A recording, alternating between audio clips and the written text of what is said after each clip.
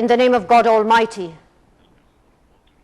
citizens, I talk to you in a very critical situation which forces us a stance serious and true to the soul, in full good intent for the benefit of the nation. I have been following up the protests and what it called for and demanded. My instructions to the government was to give a chance to the people to express their opinions and their requests. Then I have seen the impact of some infiltrators who tried to force slogans, and I was very upset that that resulted to victims, innocent victims, amongst the protesters and police forces. The government has been committed to my directives, and that was clear in their dealings, the security forces, how they dealt with the young people in the nation and rushed to protect the people at the beginning, respecting their rights for peaceful demonstrations as long as it took place within the law, and before these changed into riots that threatened security and obstructed daily lives of citizens. These protests and what we've seen also with stances over the past few years should not have happened had we not given spaces for free expression and expression of opinion and the media and other freedoms that has been given due to reforms, and had not been from what Egypt has seen with interaction.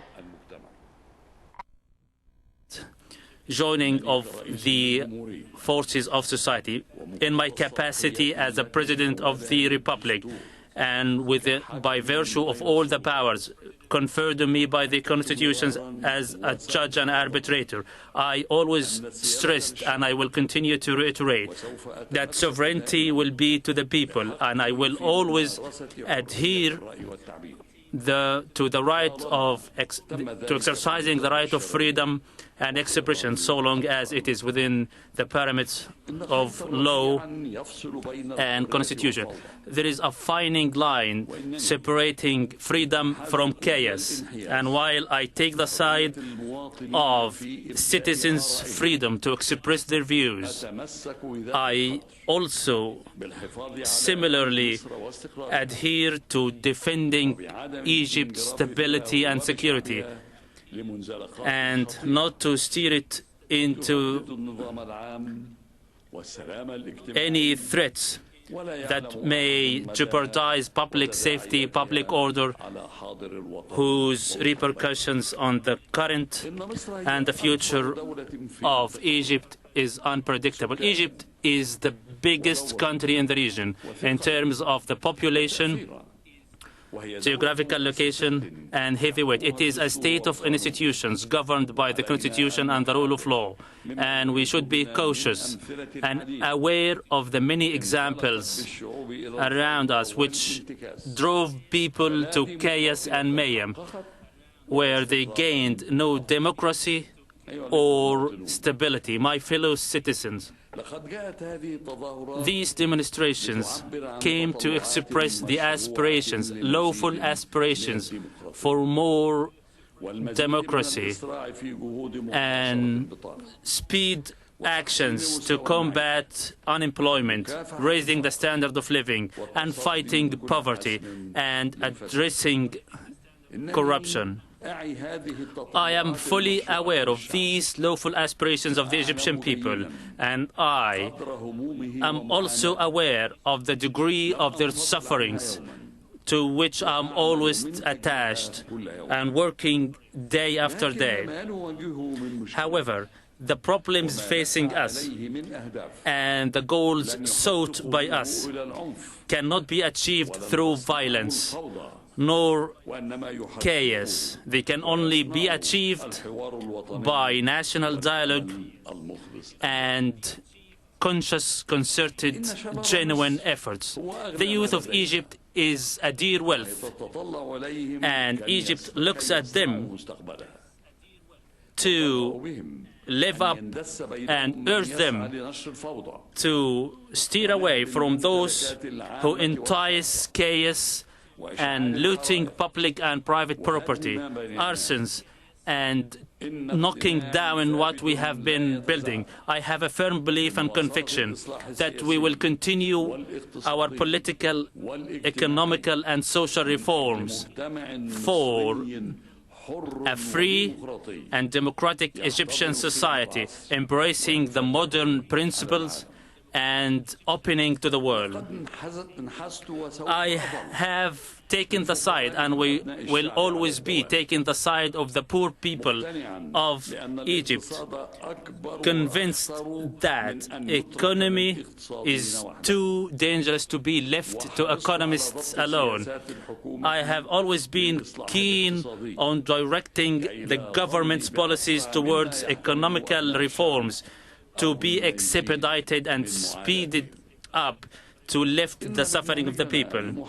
Our plans to combat unemployment and provide more educational services, health care, housing, and many other services to the youth and citizens will remain conditional on our efforts to maintain Egypt secure, stable, a homeland of a civilized people that cannot jeopardize its aspiration to future or leave it to go down the drains. We will go above the arsons and looting, which may indicate further plots to shake the foundation of stability of Egypt. I call on our youth and call on each and every Egyptian citizen, man and woman, to work for the public interest of the people and to stand up for the earnings of their country, not by setting ablaze or assaulting private and public property. Not by this we can achieve the aspirations of Egypt and its people. Yet these aspirations can be achieved for a better future by way of awareness, dialogue, and genuine efforts for the public good. My fellow citizens, I address you today not only as the President of the Republic, but also as an Egyptian citizen, which my fate put me under the responsibility of this country, exhausted my life for the country in times of war and peace. We have weathered hard times and surmounted these obstacles when we stood up for them, one people, one nation, and when we were aware of our direction and our course and set our goals right. The course to reform which we have embraced has no point of return. We will continue steadily by new steps, emphasizing our respect to the rule of law, new steps towards more democracy, more freedoms to citizens, new steps to reduce unemployment, raise the standard of living, develop services, new steps to stand by the side of the poor and people of low income.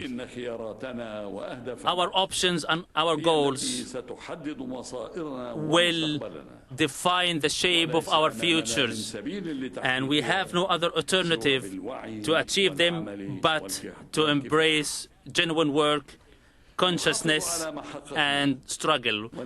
We will continue to maintain what we have earned and embark on this, cautious of the future of the nation, the incidents that took place today and the past few days have left the majority of the Egyptian people fearing for Egypt and its future, cautious of further mayhem, chaos, and destruction. I, shouldering my first responsibility to maintain the homeland security and their citizens' safety, cannot tolerate, cannot allow this fear to grip our people, and therefore I wouldn't allow this to haunt our future and our fate. I have requested the government to step down today, and I will designate a new government as of tomorrow to shoulder new duties and to account for the priorities of the upcoming era. And I state once again that I will not be lax or tolerant. I will take all the steps to maintain the safety and security of all the Egyptians. I will safeguard the safety of Egypt and the aspirations of our people. It is the duty and responsibility for which I had taken the oath to safeguard and to maintain. May God save Egypt, its people, and may guide our steps all, and may peace be upon you all.